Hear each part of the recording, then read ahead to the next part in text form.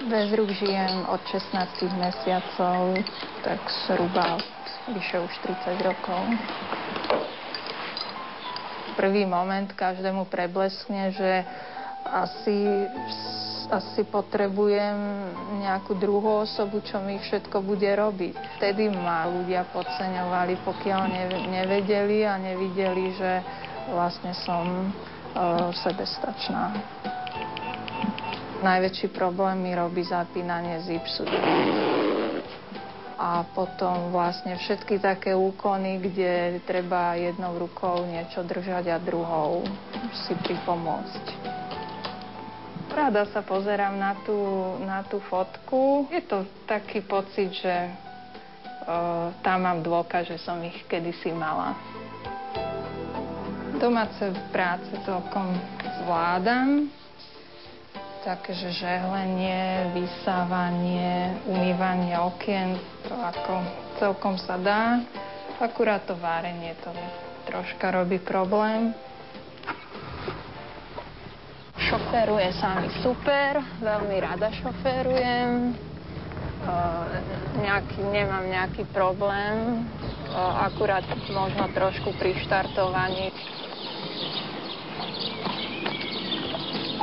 Tieto protézy momentálne nepoužívam, aj keď by som ich používala, nedajú sa najemné veci, že manipulácia s mincami alebo nejaké drobné veci, lebo tam nie je citlivosť v tých prstoch. A som ich nepoužívala aj preto, lebo som mala takú príhodu s nimi, že som išla cez prechod a svrbelo ma obočie, som sa takto išla poškrabať na obočie a jak je elektrické vedenie, tam som akurát stála pod električkovým vedením a sa mi takto pricvikla ruka, že úplne sa mi dovrela a mi to úplne stlačilo obočie na doraz a to má dosť veľkú silu, takže som si skoro vyrobila úraz na oku. Vyštudovala som právnickú fakultu v Bratislave a v súčasnosti pracujem ako odborná asistentka na katedre trestného práva. Študenti sú zo začiatku trošku prekvapení, ale časom to potom ustúpi. Rodinu, partnera, tak neviem, no, už je asi dosť aj neskoro, tak neviem, ja to nehávam na to, čo príde. Či snívam o tom, že mať ruky. Najlepšie by bolo, keby to bola realita, ale to je jasné, že to už to nie je možné. A tým, že ja cítim tie ruky, tak ja veľa vecí robím s tým vedomím, že to robím vlastne s rukami.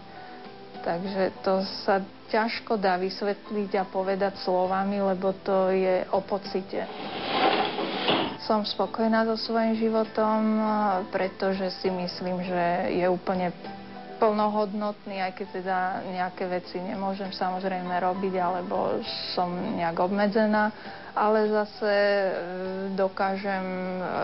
dokážem sa s tým, myslím si, že celkom dobre vysporiadať a to je dôležité, tá psychika, aká je a keď človek sa s tým naučí žiť, tak potom aj ten život berie taký, aký je a vie si ho spríjemniť.